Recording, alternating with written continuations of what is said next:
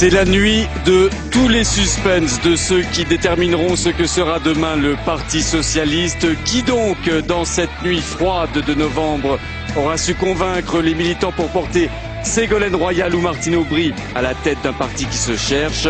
Soirée spéciale dans Bouge la France, avec autour de Pierre Sled, Gérard Grunberg, il est directeur de recherche au CNRS, Gilles Morin, c'est un historien du socialisme, et bientôt Jérôme Sainte-Marie, directeur de l'Institut de sondage ISAMA.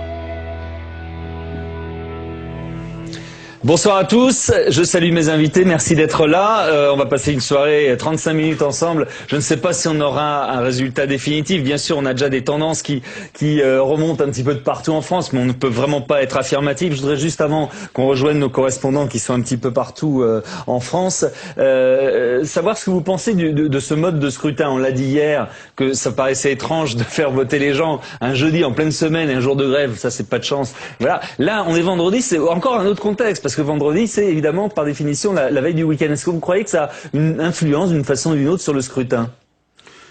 Je suis pas sûr, parce qu'apparemment, les gens sont venus voter, on verra, mais enfin, plutôt à peu près comme hier, en tout cas pas beaucoup moins, d'après les premières tendances. Donc, non, je crois pas. Ce que je trouve plutôt bizarre, il faudrait, en élargissant, ce que je trouve plutôt bizarre, c'est la succession de tous ces scrutins, plutôt. Je crois qu'il faudrait remettre tout ça à plat. C'est ce que François Hollande dit. Plus de 5 mois se sont écoulés entre le début de la procédure et le vote de ce soir. Je conseille à mon successeur de faire des procédures plus courtes. Voilà. C'est la moindre des choses, je crois. Effectivement, ça montre également que les militants y tenaient, puisqu'ils sont venus régulièrement, même un peu plus chaque jour pratiquement. On verra pour ce qui est de ce soir. Mais il y a un vrai engagement, et de ce point de vue-là, c'est un premier enseignement. C'est-à-dire, les militants se saisissent du scrutin nominal et du choix du candidat. C'est vraiment leur affaire, quoi. Alors, on rappelle quand même les chiffres définitifs du premier tour, parce qu'ils étaient un petit peu contestés au départ. Maintenant, on a les chiffres définitifs. On a Ségolène Royal qui est quasiment à 43, à 42,9, Martine Aubry qui est à 34,5 et Benoît Hamon qui est à 22,6 pour le premier tour. On le sait depuis que celui-ci s'est désisté en faveur de Martine Aubry en appelant ses électeurs à voter massivement pour Martine Aubry. Maintenant, est-ce que ça va suffire sur la pole position, sur la ligne de départ? À votre avis, qui part des deux, entre Ségolène Royal et Martine Aubry, la plus en confiance? J'ai envie de dire, d'un côté il y a l'arithmétique, de l'autre côté il y a la dynamique. L'arithmétique, franchement, elle joue en faveur de Martine Aubry, c'est évident, vous venez de le rappeler. Mais la dynamique, déjà, moi j'ai été très surpris du vote de Ségolène Royal hier, de l'ampleur elle est passée de quasiment à 43. C'est plus que je pensais, franchement, puisque personne ne la soutenait en dehors de ses premiers soutiens. Donc j'étais étonné. Donc il y a une dynamique. Alors est-ce que cette dynamique la portera au-dessus de 50% ou pas? C'est ce qu'on va savoir ce soir. Ça, je n'en sais rien. Oui, c'est la vraie question.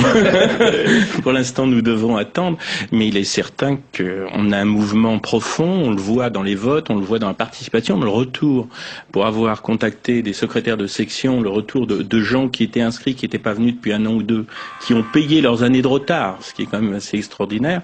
Donc oui, il y a quelque chose, et quelque chose qui pour l'instant semble profiter à Ségolène Royal, à voir par la suite. Néanmoins, et je pense que vous serez d'accord, la surprise, la grosse cote, c'est quand même Ségolène Royal, qui, c'est vrai, épaterait tout le monde si elle gagnait ce soir. Ah, ça, il n'y a aucun doute là-dessus quand même. Je crois que d'une certaine façon, ce serait un exploit, parce que, bon, personne, franchement, aurait pensé ça il y a encore 3 ou 4 mois. La plupart des dirigeants socialistes pensaient que cette fois-ci, quand même, là, elle était assez marginalisée. Rappelons-nous, après sa fameuse show du Zénith, etc. Donc, bon, elle a fait un score très important, mais pas fondamental au vote d'émotion, hein. Elle est arrivée en tête, mais voilà. Là, je trouve déjà 43%. Donc, si elle gagne, c'est effectivement un véritable exploit. Et ça veut dire surtout qu'il y a bien une condamnation de ce qu'a été le Parti socialiste ces dernières années. Et donc une page se tourne, finalement, c'est ce qu'elle dit. C'est non seulement une autre génération, mais c'est vraiment une page historique qui se tourne. Je crois que c'est l'équivalent du congrès d'Épinay en 71. C'est la vraie fin du parti d'Épinay, quelque part. Alors, Jérôme Sainte-Marie va nous rejoindre. Asseyez-vous, Jérôme. Pendant ce temps-là, on va appeler Camille Jean Marchal, qui est en direct du siège du PS à Paris, rue de Solferino. Bonsoir, Camille.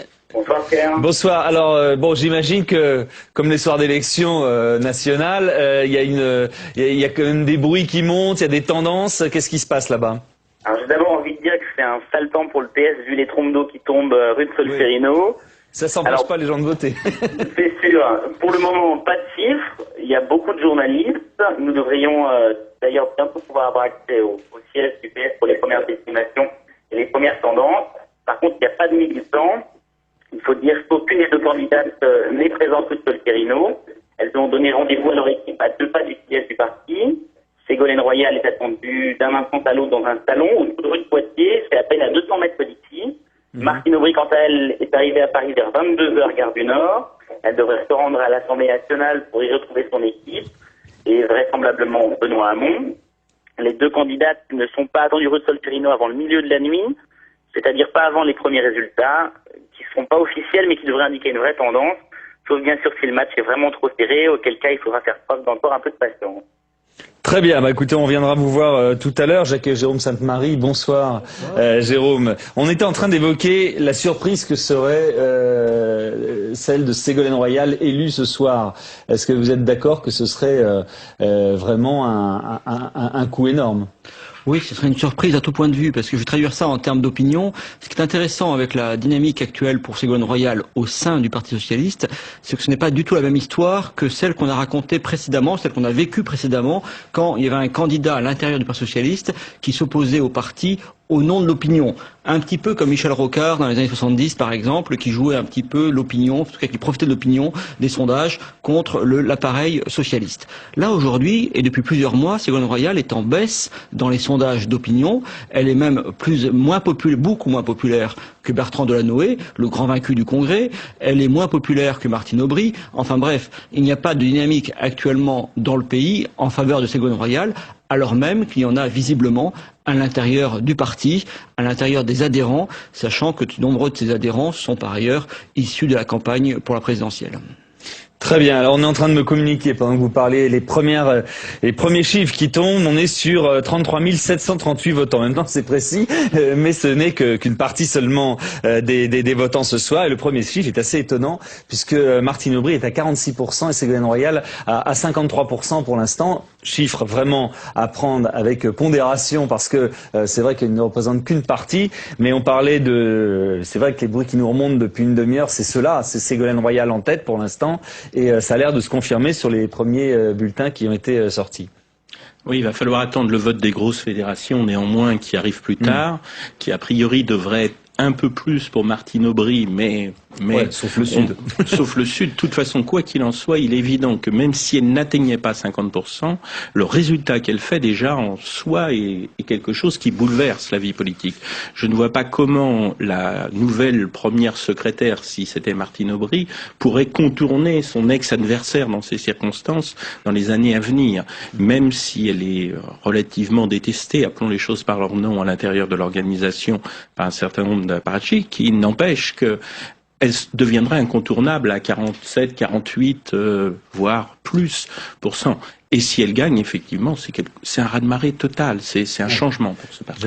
Oui, effectivement, on a l'impression que quel que soit le résultat, au point où on en est, c'est elle qui a gagné le Congrès, d'une certaine façon. Même si elle fait 49, à la limite. Même si elle fait 40, elle est très difficilement contournable, d'autant qu'elle a en face d'elle une personnalité, certes, Martine Aubry, mais qui est appuyée sur une majorité, on ne sait pas ce qu'elle est. D'ailleurs, s'ils n'ont pas pu, au Congrès, se mettre d'accord sur une ligne, c'est bien qu'il n'y a pas de ligne. C'est-à-dire que d'un côté, vous avez Martine Aubry qui est l'addition de 3 tendances, on va dire, alors que Ségolène Royal, c'est la même depuis le début. Hein, oui, et qui rassemble de plus en plus. Et oui, et c'est un problème pour ceux qui défendent le vieux parti contre Ségolène. Parce qu'ils défendent le vieux parti et le fonctionnement du parti, et ce parti n'a pas fonctionné.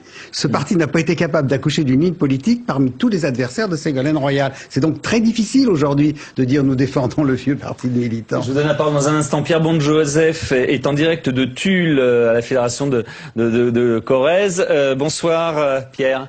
Bonsoir Pierre. Alors, est-ce que la tendance là-bas est la même que celle qu'on commence à nous annoncer ici et là, une Ségolène Royal, pas seulement en tête, visiblement assez largement en tête? Eh bien écoutez, pas du tout. En fait, sous la pluie fine de Tulle, les premiers résultats finissent d'arriver. Les deux candidates sont au coude à coude, mais ici, l'arithmétique a été respectée. Martine Aubry arrive en tête avec 51,52% des voix. Elle opère donc une forte remontée, puisque avant le congrès de Reims, elle n'avait que 7% des suffrages. Oui. Oui, c'est sûr que ça fait une grosse différence. Ça veut dire que le vote des partisans de Benoît Hamon s'est fait apporter à plein.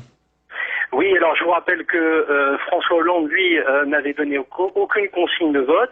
Il est venu voter vers 19h30, détendu, presque soulagé de voir le très long processus, selon ses propres mots, de désignation du premier secrétaire se terminer. Satisfait aussi de voir une femme lui succéder. Il a appelé au rassemblement des demain derrière celle qui devra rénover le parti qu'il a dirigé pendant 11 ans.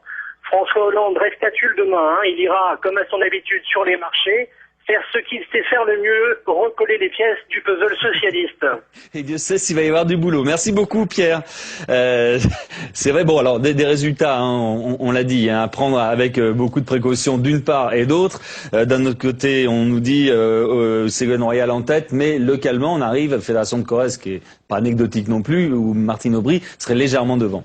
Je voudrais rebondir sur ce que disait très justement Gérard Grimbert à l'instant, c'est-à-dire sur le fait que la percée, victorieuse ou pas, mais en tout cas la percée réelle de Ségolène Royal repose à mon avis sur trois impasses du Parti socialiste et des adversaires de Ségolène Royal. Quels étaient finalement leurs arguments? Quels sont leurs arguments? C'était finalement de dire, d'une part, l'alliance avec Bayrou, le refus de l'alliance avec Bayrou. C'est pas très crédible, certains la pratiquent avec le MoDem au niveau local, et comment expliquer à des militants braqués contre Nicolas Sarkozy que, au dernier moment, on va se refuser la victoire pour ne pas se salir les mains avec François Bayrou? Personne n'y croit, personne ne le veut. Second argument important, le respect du fonctionnement du parti, c'est-à-dire d'avoir un parti qui soit un parti qui fonctionne normalement, etc.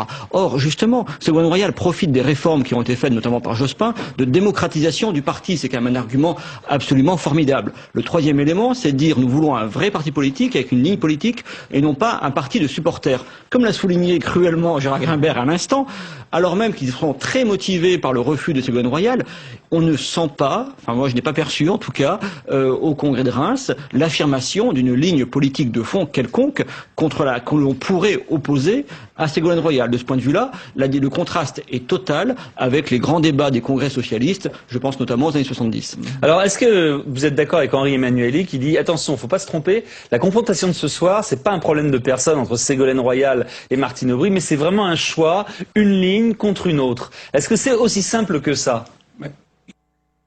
Se mêle dans cette histoire, il y a, me semble-t-il, effectivement un aspect de ligne, et beaucoup de militants vivent encore sur ce côté et le vivent profondément. La revendication, notamment de gauche, on l'a bien vu pour Benoît Hamon, l'identification existe. Donc on ne peut pas nier qu'il y ait ça. Mais il y a beaucoup d'autres choses, naturellement. Ce vote aussi, il faut le comprendre, je crois, comme étant quelque chose de différent du vote préalable d'émotion. Premièrement, c'est-à-dire qu'on ne vote pas pour la même chose. Dans un cas, on vote pour une orientation politique. Ici, on a voté pour le choix du leader. C'est comme dans un sondage, quand on change l'intitulé de la question, on voit bien que les réponses sont différentes. Là, on a une réponse différente. Il me semble aussi qu'il y a une réaction au Congrès. C'est-à-dire que je crois que les chefs du Parti socialiste n'ont pas perçu l'influence néfaste du Congrès dans les milieux militants qui se disent on ne peut pas continuer comme ça. Et le fait qu'ils aient été incapables d'approcher d'une solution, incapables le soir même, je pense à Delanoë et d'autres, de définir un minimum de lignes, puis ensuite là, je crois que des choses n'ont pas été comprises et qu'il paye ça. Donc il paye tout un fonctionnement et puis il paye effectivement le changement sociologique. Je crois qu'il faut dire plus profondément, il y a d'autres choses qui jouent. On le voit bien, on ne vote plus en masse. Je crois qu'il faudra regarder dans le détail les chiffres du Nord et d'ailleurs. Il n'y a plus ce vote ouvrier massif pour le chef, pour le leader à qui on faisait confiance. Attention, ça ne veut pas dire forcément qu'il y avait des truanderies. On faisait confiance au chef. Ceci n'existe plus. Chacun essaye de se déterminer en sa personne et on voit bien toutes les sections se sont divisées. Dans la Drôme, par exemple, tous les dirigeants appelaient à voter soit Delademé, soit Hamon.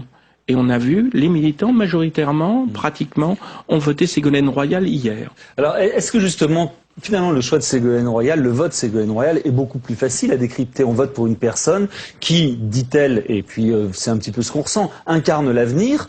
La ligne exacte, elle va la confectionner dans les 4 ans qui vont venir. Alors que de l'autre côté, c'est vrai qu'on a une ligne faite d'autres lignes et on ne sait pas trop quelle ligne c'est finalement. Ah oui, mais je crois que d'abord, oui, il n'y a pas de ligne. Franchement, il n'y a pas de ligne. Henri Emmanuelli, quand il parle d'une ligne, il parle probablement de la sienne. Mais celle de la gauche du parti, c'est pas celle de Delanoë qui s'affirme réformiste pour l'économie de marché, en tout cas qu'il faisait. Bon, la crise a un peu gêné, un peu fait bouger les lignes.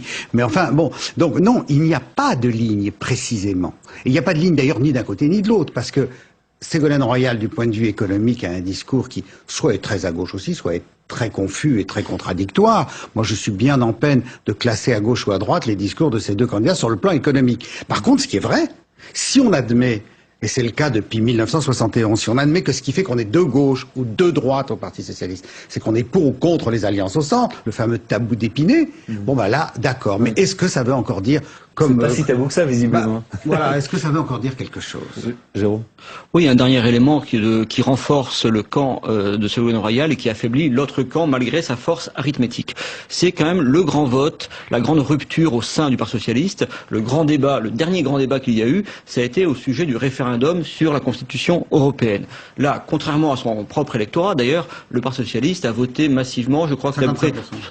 il me semblait même que c'était plus 55-56. Voilà, en faveur du traité et ceux qui ont adhéré ensuite pendant la campagne au Parti Socialiste, c'est plutôt des électeurs du oui, des électeurs du non.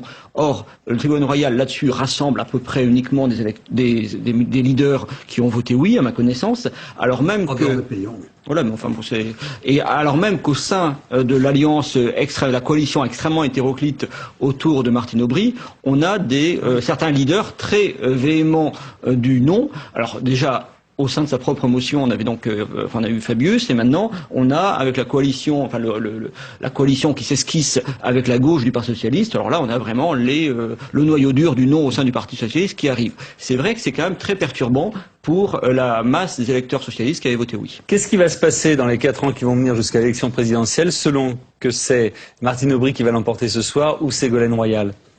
Si c'est Martine Aubry, je crois qu'on aura mis en route tout un travail de réflexion. Je crois qu'on peut lui faire confiance sur ce terrain-là. Elle sera dynamisée. Il y aura une synthèse finale. Un renouvellement également des cadres profonds qui a commencé. Là, je crois que ce bouleversement masque d'autres. Le fait notamment qu'on a 2 femmes en finale. Qu'il y a des éléments de rajeunissement, qu'il y a une génération qui s'en va. Là, on voit très bien qu'une génération est grillée, soyons clairs. Ça veut dire que quoi qu'il arrive ce soir, vous dites que les Fabius, Emmanuelli et autres, c'est terminé? Celui qui restera si Martine Aubry l'emporte. Les autres, de fait, se sont plus ou moins déconsidérés, ont prouvé qu'ils ne pèsent plus beaucoup de divisions. Et je crois que de ce point de vue-là, ça sera relativement fini. Si c'est Ségolène Royal, les surprises sont à venir. Et puis si c'est Ségolène Royal, elle n'a pour l'instant, parce qu'on a une telle dynamique qu'on ne sait pas ce qui se passera même dans les organes dirigeants du Parti Socialiste. Mais pour l'instant, elle n'est pas majoritaire dans les organes dirigeants du Parti Socialiste. Là, on aura...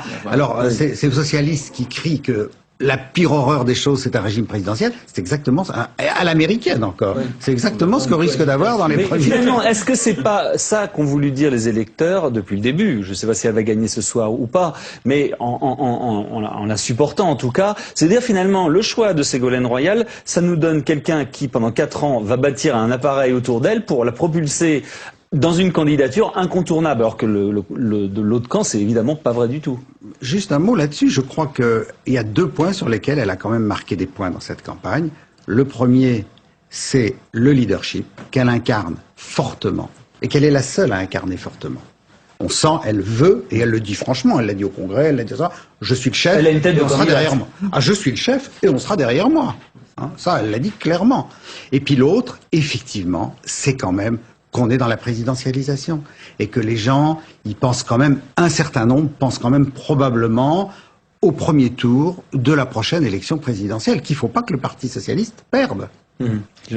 Oui, c'est au-delà des effets d'image extrêmement négatifs sur le Parti socialiste que l'on connaît aujourd'hui. Ces effets d'image, ça pourrait parfaitement être éphémère. Je dis bien ça pourrait, parce que là, quand même, les choses sont quand même extrêmement graves pour la permanence même du Parti socialiste tel qu'on le connaît.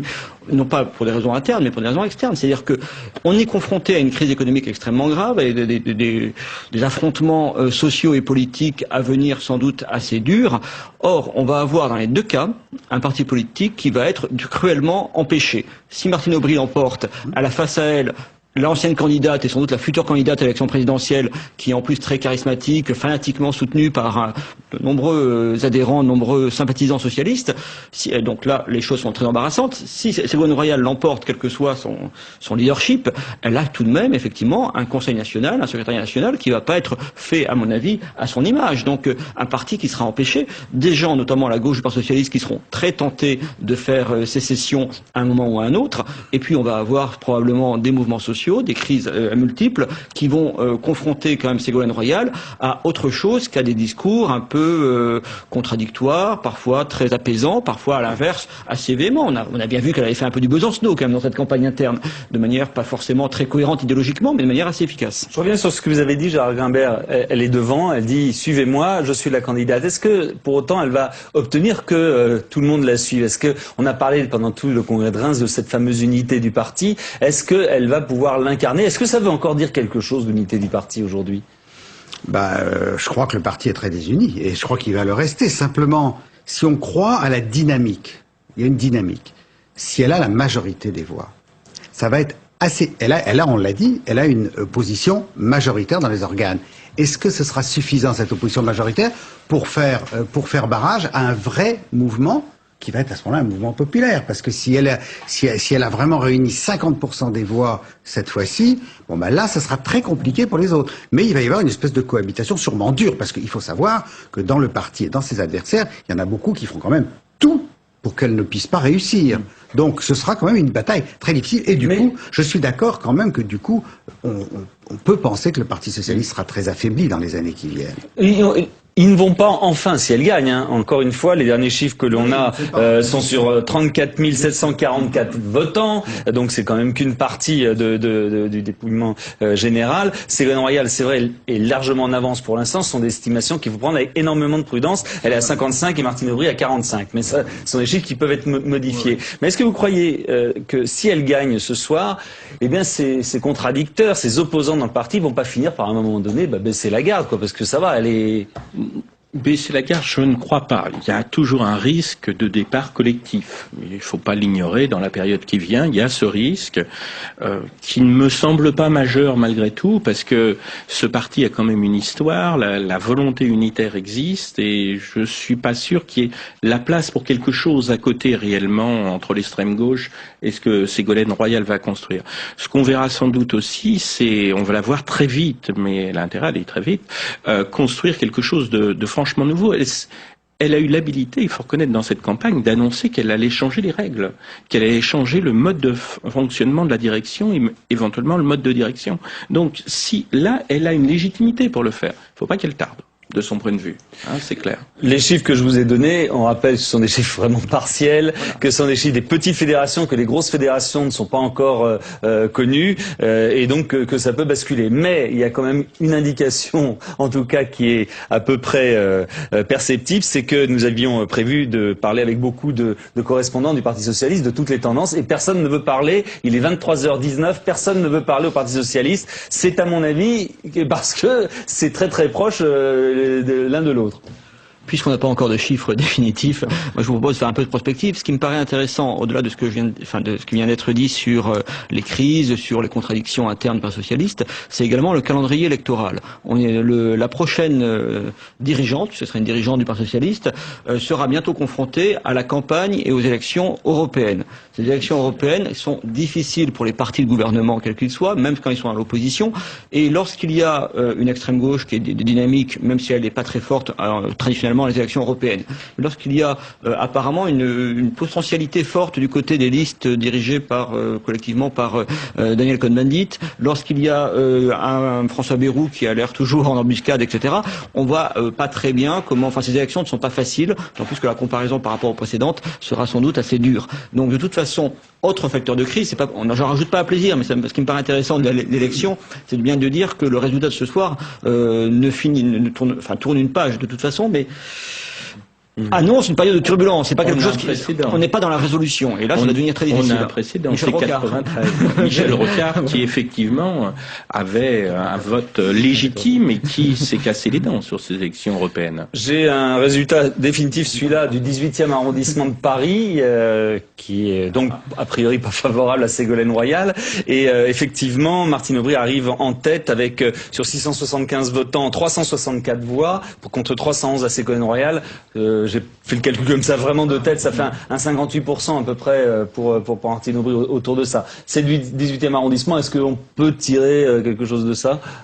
Bon, on peut simplement en tirer que même dans les forteresses de ses opposants, elle réalise un score important. C'est-à-dire que quelle que soit l'issue du scrutin, on voit bien, mais ça c'est pas un scoop, hein, mais ça confirme le fait que ça sera assez serré, que donc ça va créer un problème de légitimité pour la personne qui sera choisie.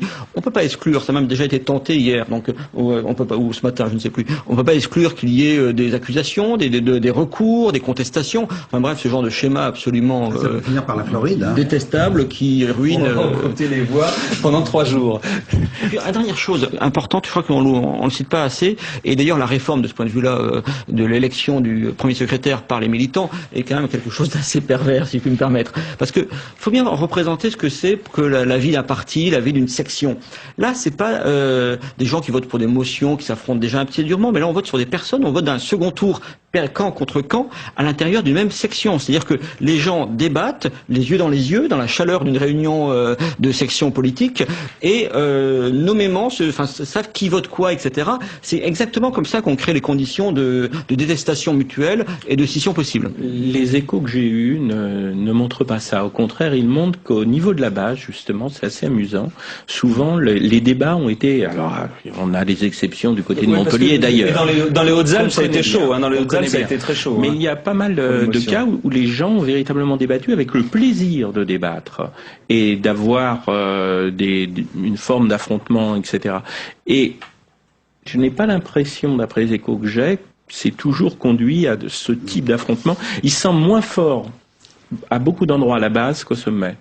Ceci dit, il faudra bien un jour que les socialistes réforment tout ça quand même, parce que commencer par soi-disant parler du fond, enfin on a vu ce que ça a donné, et puis composer tout ça à la proportionnelle, et puis plusieurs jours après désigner le leader, on voit bien que ça n'a aucun sens. Alors évidemment, ceux qui ont fait ces statuts ont expliqué, et d'ailleurs je leur jette pas la pierre. Ils ont expliqué, on est dans un régime mixte présidentiel parlementaire, il faut à peu près que, au fond, que nos statuts et notre fonctionnement rendent compte de cette mixité de notre régime politique. Mais c'est pas possible, ça. C'est pas possible d'abord parce que, là, véritablement, il faudrait au moins mettre du majoritaire dans les deux cas. Et puis, deuxièmement, je crois quand même qu'on voit bien que dans nos régimes, la personnalisation est telle qu'on peut pas la mettre au bout du processus. C'est pas possible, ça. Est-ce que ça, justement, ça va être l'enseignement à la fois de la présidentielle et à la fois de ce qui s'est passé là? Moi, je crois. Oui, avec un autre aspect qui est qu'il va être beaucoup plus difficile de diriger de la même façon que dans le passé, les grosses fédérations. Je crois que même, on va le voir au niveau local, les maires vont devoir se justifier. Cette habitude, justement, qui est prise ici de trancher et de faire trancher les militants, va avoir des conséquences à long terme. Oui, par ailleurs, pour revenir sur cet aspect de présidentialisation du parti, on est un petit peu quand même dans cette histoire en train de redécouvrir la Lune. C'est-à-dire qu'il y a quand même un précédent une analogie un peu difficile, mais je vais quand même tenter, avec la conquête du Parti socialiste par François Mitterrand. On dit que Ségolène Royal, quelque part, elle n'est pas suffisamment socialiste, elle ne parle pas le socialisme couramment, elle est bizarre, etc. Bon, bref, par rapport aux référents. Mais elle a été tout simplement candidate, 17 millions de Français ont voté pour elle, on a des milliers de socialistes ont cristallisé sur elle toute leur espérance, etc. Et du coup, elle ne peut plus être considérée comme hérétique au sein du Parti socialiste. De la même manière que l'on sait que le François Mitterrand, qui avait été candidat donc en 1965, a pu conquérir le Parti socialiste au Congrès d'Épinay sans avoir sa carte du Parti socialiste lorsqu'il est entré au Congrès. Donc on a quand même quelque chose qui est relativement... Pardon ? Ce n'était plus le même parti qu'on construisait, donc c'était normal. Il avait la carte de convention des institutions républicaines. Les partisans devaient être... Quelque part, je crois quand même que ce parallèle est intéressant parce que, d'abord, je pense que si Ségolène gagnait ce soir, ce qu'on ne sait pas encore, ce serait effectivement un nouvel Épinay, je le crois. Et deuxièmement, c'est quand même vrai, je pense, qu'il y a une légitimité du présidentiable dans les deux cas. Donc je crois qu'il y a quand même quelque chose à voir. Est-ce que de toute façon, que ce soit Ségolène Royal ou Martine Aubry qui gagne ce soir, est-ce que de toute façon, le PS, on peut dire qu'il va changer après ce qui s'est passé? Il va changer. Il va changer. Contraint ou ça va être l'une des clés justement de la préparation de 2012? De toute façon, il ne peut que changer. La personne, quel que soit le vainqueur, ne peut rester sans rajeunir, sans modifier le mode de fonctionnement. Alors, il y aura des profondes différences. Par exemple, dans le choix de la ligne politique, ce ne sera pas du tout la même chose si c'est un choix personnel fait par Ségolène et quelques-uns, ou si c'est un choix après des débats plus ou moins collectifs. On aura là un mode de fonctionnement différent. Mais pour le reste, on ne pourra plus vivre avec le parti d'antan. Ça, c'est Georges Frêche, vous disiez si Ségolène gagne, voilà ce qui s'est passé. Georges Frêche, le controversé Georges Frêche, dit si Ségolène perd, c'est sa chance. Est-ce qu'il a raison de pouvoir rester finalement tapis pendant 2 ans en laissant les éléphants s'exterminer entre eux, entre guillemets, et de renaître à 2 ans des... Oui. Je pense qu'on peut quand même on peut se poser au moins la question, parce que c'est pas évident que Ségolène Royal ait intérêt tout de suite dans ces conditions politiques, économiques, avec le parti qu'elle a, l'opposition qu'elle a, les élections à venir, compte tenu de ce qu'elle est, de ce qu'elle représente, plonger dans cette marmite. C'est pas absolument évident, donc ça peut se discuter. Mais en même temps, on a bien vu que Ségolène Royal se pose pas tellement les problèmes comme ça. Et d'ailleurs, quelquefois, je pense que les grands leaders ne se les posent pas comme ça.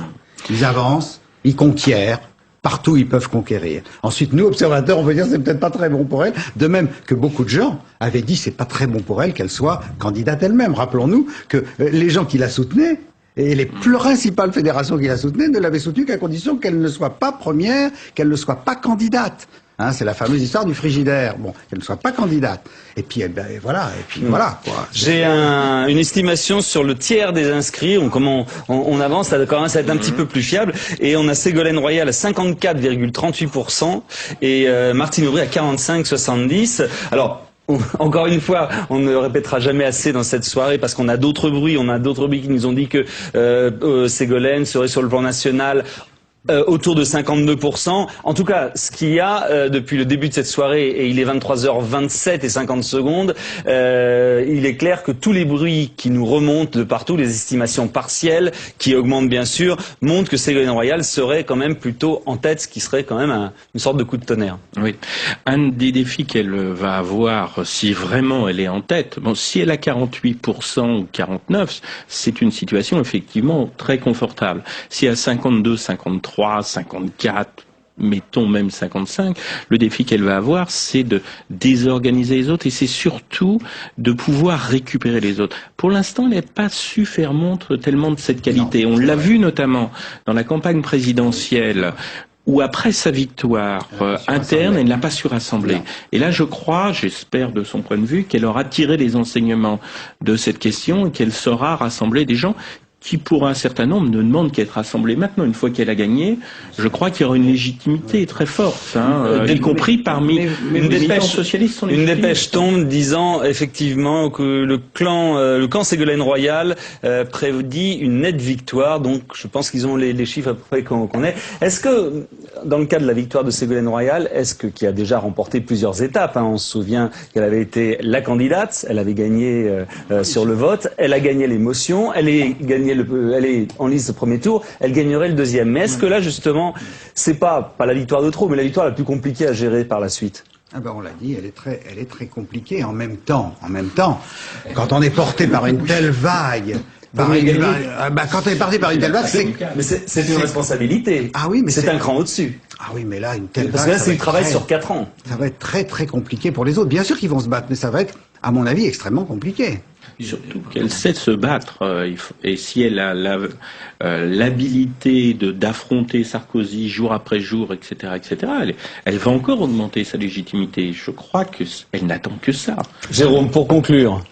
C'est déjà un personnage politique qui se distingue par son charisme, c'est avant tout, c'est vraiment la grande figure du charismatique en France, à tout point de vue d'ailleurs.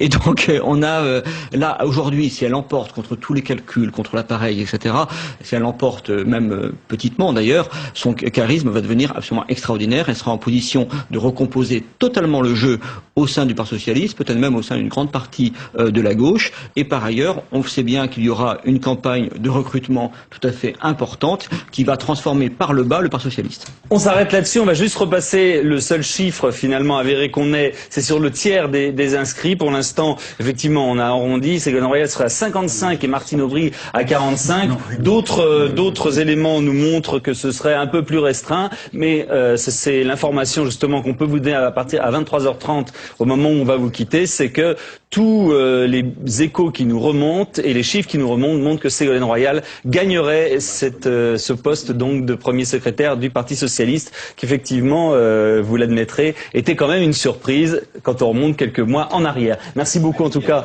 d'être venu ce soir pour débattre de ces chiffres et de cette élection. Merci Philippe de Sony, réalisateur, Pierre-Henri Gergonne qui dirigeait de la régie cette émission, et Cécile Sixou et Faiza Zerouala qui l'ont préparé. Merci bien, et effectivement les résultats définitifs dans la nuit un peu plus tard. Merci bien, au revoir.